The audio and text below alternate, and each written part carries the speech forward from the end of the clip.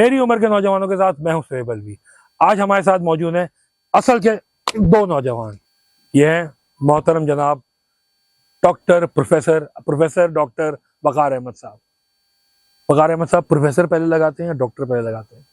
अब जो दिल चाहे लगा दे। वकार अहमद साहब ने एनवायरमेंटल साइंस में कराची यूनिवर्सिटी से डॉक्टरेट किया। पहले आपने मास्टर्स किया, फिर आपने डॉक्टरेट किया। बड़ा टाइम है आपके पास पढ़ने का। आपने जिंदगी में और कुछ नहीं किया? देखो, बचपन में पढ़ाई से जो ना वो भागते थे। हाँ उसलिए डॉक्टर इंजीनियर तो बने नहीं। हाँ ठीक है ना, हमें इंजीनियरिंग में मिला ना हमें मेडिसिन में कुछ नहीं मिला, तो फिर हम जो है वो यूनिवर्सिटी में आके फिर हम बिल्कुल ऐसे पढ़ते चले गए। वकार अहमद मुझसे उम्र में पूरे 5 दिन छोटे हैं और मुर्तजा लाकड़ावाला साहब ये मुझसे 6 महीने छोटे हैं। एग्जैक्टली 6 महीने।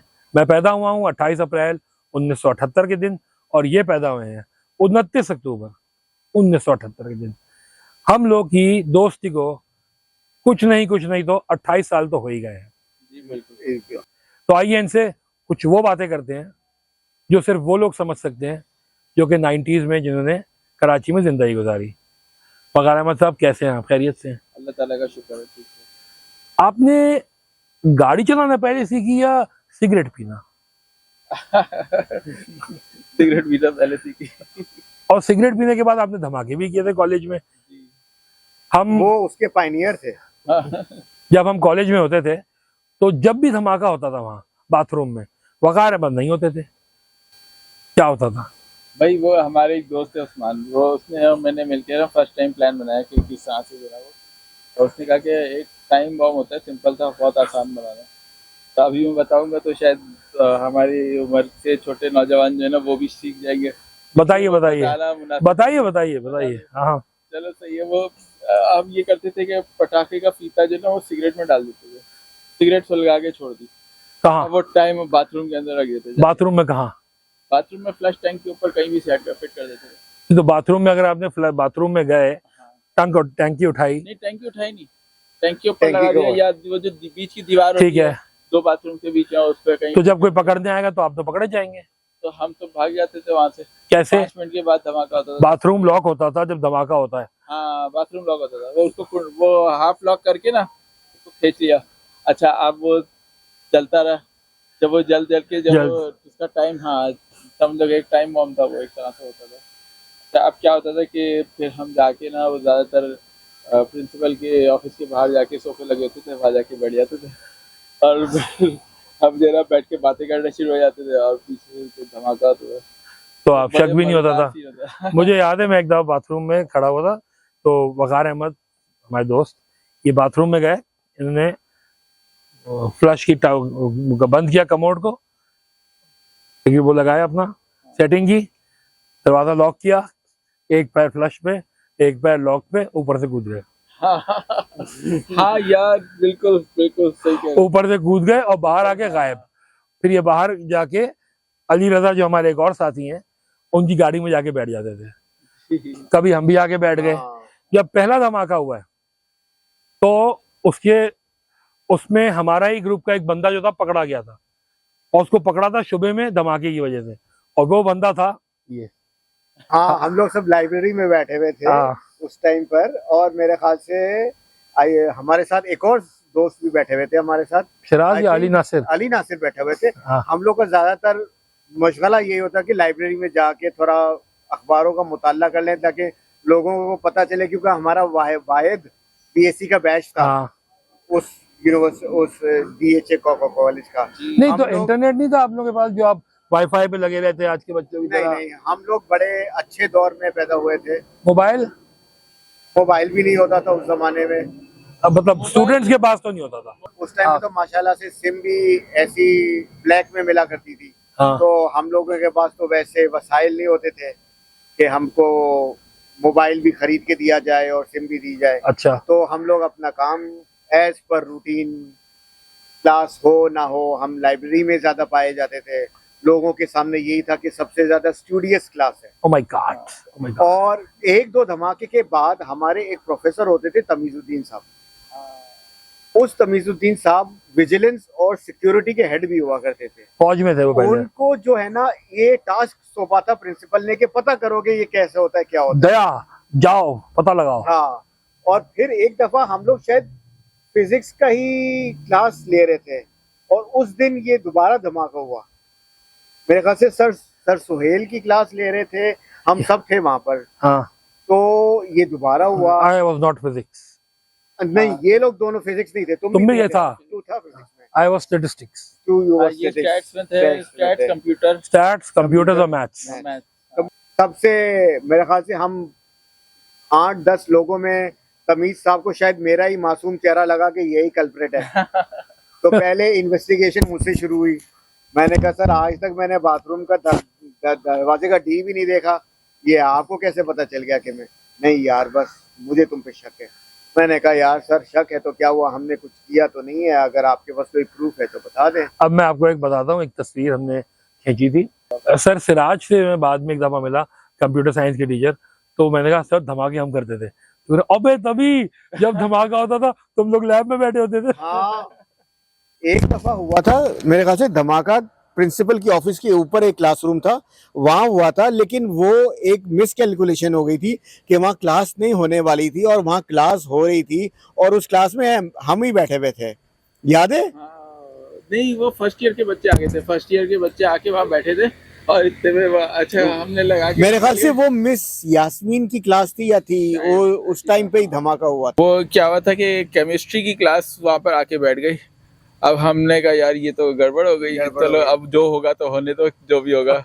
हम जाके सीढ़ियों पे बैठ गए, पीछे से देख रहे थे क्या हो रहा है।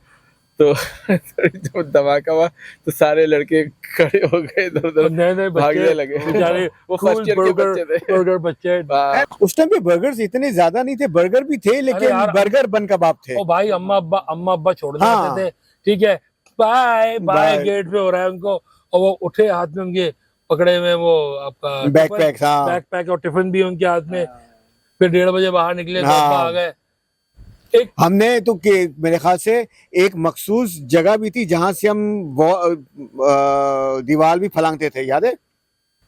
तो कॉलेज के पीछे जो दीवार थी ना, हाँ। तो बाद में वो ये हुआ था सीन के वो गेट्स बंद करने लगे थे। हाँ। तो गेट बंद कर देते थे तो हम बाहर नहीं निकल सकते थे, फ्री पीरियड भी है कुछ भी है, हम बाहर नहीं जा सकते थे। तो फिर वो क्या करते थे कि पीछे वो जो दीवार थी ना ऑडिटोरियम के बैक साइड पर, हाँ। वहां से हम कूदते थे, कूद के बाहर निकल जाते थे। वो था। उसके बाद जब हम यूनिवर्सिटी में गए पेपर्स देने, तो हम लोग माशाल्लाह से, इन लोगों को पता नहीं याद हो ना हो, मुझे तो याद है, डिवाइस करके गए थे चीटिंग का तरीका। हाँ, मतलब ABC थर्ड वाले का आंसर क्या है। तो जब 3 मुक्के हो गए तो तीसरा जिसको आंसर आता है उसने हाथ खड़ा कर दिया और हाथ खड़ा करके यूं किया। इस तरह हम लोगों ने की थी चीटिंग, क्योंकि कंप्यूटर का पेपर तो आता नहीं था और वो उसके अंदर ज्यादातर एमसीक्यू। हाँ भाई कॉलेज में सिर्फ मजे नहीं होते थे, कॉलेज के बाद भी मजे होते थे। शाम में हम घूमते थे, तारिक रोड जाते थे, वहाँ शिराज के घर, वहाँ पर ही झील पार्क पे बैठते थे जाके, इतना पीसफुल, इतना मजा आता था। डिफेंस मार्केट, वो उनकी ऑफिस एक वहाँ पर थी और एक तारिक रोड पे 2 थी। ईटोन के पास हम रोल खाने जाते थे, जी जी, ट्यूशन पढ़ते थे उसकी छत पे। हाँ, वो कुछ दिन हमने पढ़ी थी, मैथमेटिक्स की ट्यूशन पढ़ी थी। जब मैं वहाँ मीका कोचिंग सेंटर जाता था। जी जी जी, मैं मीका में पढ़ता था, मैं भाग गया था वहां से। फिर हम लोग सब मिल के गए वो दौलत स्क्वायर रहू भाई के पास। वहाँ भी इस आदमी ने कुछ नहीं किया, सिर्फ वो आदमी वही पीप करता था। मैं 2-3 दिन पढ़ के फिर भाग छोड़ दिया था। मैं हम लोग जो कंप्यूटर की चीजें दिखाता था और ये देखो ये चैट है और ये पता नहीं क्या क्या दिखाता था, वो इंजीनियर था। फिर एंड में जब हम दोबारा मीका कोचिंग सेंटर गए मकसूद साहब के पास जो तारिक रोड पे था, तो उन्होंने कहा अभी कहाँ चले गए थे? सर गलती हो गई पढ़ाते। सही, वो था, बड़ा जबरदस्त था। रेनबो सेंटर, हाँ, रीगल सेंटर से तो क्या यादें, रीगल और रेनबो सेंटर। अभी कुछ एक काम के सिलसिले में मैं सदर गया तो वहां में रीगल की तरफ से गुजर रहा था, तो मेरे दोस्त ने कहा कि राइट पे देखें, वो जगह हम शूट कर सकते हैं। मैंने कहा मैं नहीं देखूंगा, अगर मैंने राइट पे देख लिया तो मैं रोने लगूंगा।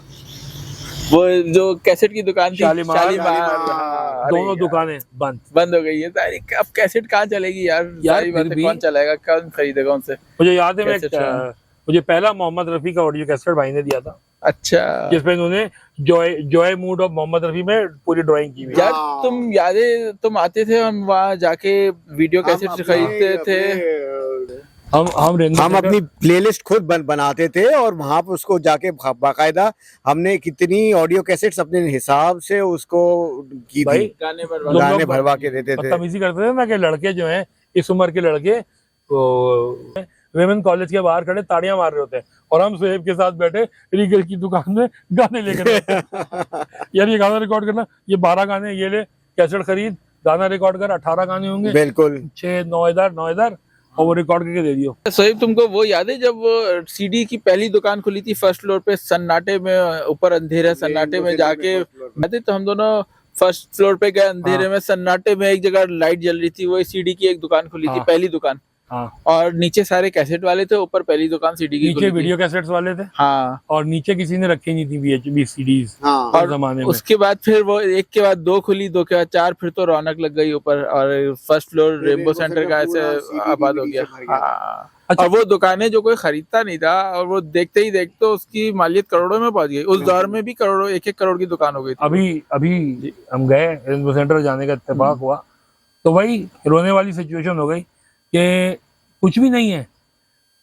मेवा जात मिल रहे हैं, कंबल मिल रहे हैं, शर्टें लटकी हुई हैं। नहीं यार, जी शर्टें लटकी हुई हैं दुकानों में। वो गोल्डन पीरियड खत्म हो गया। हाँ, वो गोल्डन पीरियड एंड हो चुका है। अब वहाँ गोल्डन चोल्डन तो कुछ भी नहीं। अब वहाँ मतलब आपको अफसोस होता है जाके कि यार ये जगह अपने जमाने का नेटफ्लिक्स थी। बिल्कुल सही बात है। कॉमेडी देखनी है वहां मिल जाएगी, एक्शन टाइम वीडियो में जाओ 150 रुपए का कैसेट खरीद लो, फिर मिल जाएगी अंग्रेजी लिस्टें उसके पास पड़ी हैं। हमारा IMDb उस दुकान वाले का फोल्डर होता था और कितनी बार दिल चाहता था हाँ। चुरा के ले आओ घर। वो जमाना होता था कि VHS की कैसेट्स हम लेके आते थे रेंट पर, 50 रुपए रेंट, 20 रुपए रेंट। वो अगर कोई ज्यादा हिट मूवी है, कम है, तो फिर वो आपको 20 रुपए भी लेगा आपसे। वो फर्स्ट शो पहले यार, जाके लेके होता आओ। ये था कि टेक्निक्स देखो, होता ये था रेनबो सेंटर में कि इंडिया से एक कैसेट आ गया, कोई भी फिल्में नहीं, उसका एक कैसेट आ गया इंडिया से, मास्टर। हाँ। उन्होंने रात ही रात उसकी 600 कॉपियां बनवाई। 600 कॉपियां, और उन कॉपियों में इश्तिहारात भी चल रहे हैं। वो इस तरह कुछ पर करते थे कि वो इश्तिहारात भी चल रहे हैं उसके अंदर। वीडियो कैसेट में हम जाते थे क्रिकेट मैच लेने के लिए।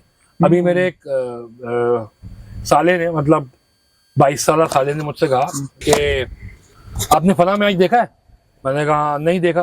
रुके मैं हाईलाइट्स भेजता हूँ। ठक, इधर मैच खत्म, इधर हाईलाइट्स। हाँ। हमने जब 96 में शायद आफरीदी ने फर्स्ट सेंचुरी की थी तो हमें वो खबर पता चली थी टीवी से। 7 बजे के बुलेटिन में कहा कि Pakistan has set a target of 371 run for Sri Lanka to qualify for the final. शायद आफरीदी स्कोर्ड द फास्टेस्ट 100। भाई ये कौन है भाई? मैं फिर दिमाग में आया कि एक सेंचुरी शायद आफरीदी ने बनाई, 372 में दूसरी सेंचुरी किसने बनाई? सईद अनवर फॉर्म में थे, रमीज राजा जो थे वो टीम के साथ थे। हमने कहा चलो शायद उस बुढ़े ने बना लियो। कुछ नहीं हुआ, सईद अनवर ने बनाई थी। सुबह पता चला हमें अखबार में जब स्कोर कार्ड आया। हमारे पास कोई इंटरनेट नहीं था, क्रिक इन्फो नहीं था कि हम खटाक करके निकाल दें। अब के बच्चे जो टोरेंट पे ढूंढ के फिल्म डाउनलोड करके पायरेटेड देख लेते हैं, उन्हें क्या पता कि कभी खुशी कभी गम और कहो ना प्यार है के लिए हमने कितनी तकद्दुम की थी। बिल्कुल। तो भाई अगर हमें मौका मिले दोबारा 1990s में जाने का तो क्या आप जाएंगे? हाँ यार बिल्कुल, मैं तो 100% जाना चाहूंगा। बिल्कुल, वो एक हमारा गोल्डन पीरियड था और वो कराची का भी गोल्डन पीरियड था देखा जाए तो। और उस जनरेशन के लोग are the golden people of Karachi.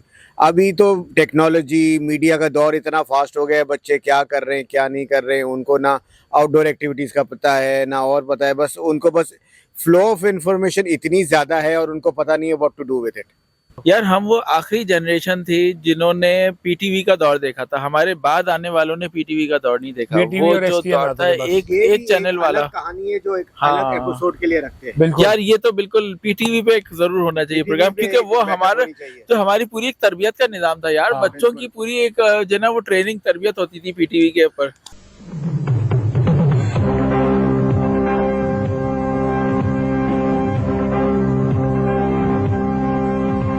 बिल्कुल, मैं तो यही कहता हूँ कि एक पूरी एक बैठक होनी चाहिए। बैठक होनी चाहिए और एक पूरी साइंस है ये। ओ बैठक छोड़ो है, तुम लोग मिलते हो 10-10 साल के बाद, हम एक साथ आके बैठक देखो पे बैठे। 10 साल के बाद मिले तो आज ये मोमेंटस हाँ। मौका मिला ना, हाँ। अगले 10 साल बाद मिलेंगे तो इंशाल्लाह नहीं, हम पीटीवी बीच पे में भी गुफ्तगू कर लेंगे अगर हमें दोबारा मौका मिला 90s में जाने का तो इंशाल्लाह। हम जरूर जाने की कोशिश करेंगे, और अगर ऐसा होता तो बहुत जबरदस्त होता।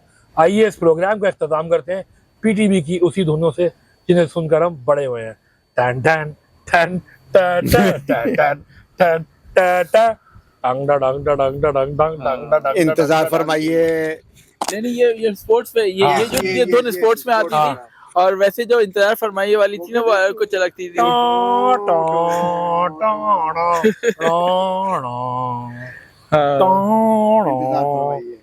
बच्चों को क्या पता, इंतजार फरमाइए। और वो पीटीवी का लोगो आता रहता था, वो उस जमाने की बफरिंग, हाँ बफरिंग थी, उस जमाने की बफरिंग थी वो।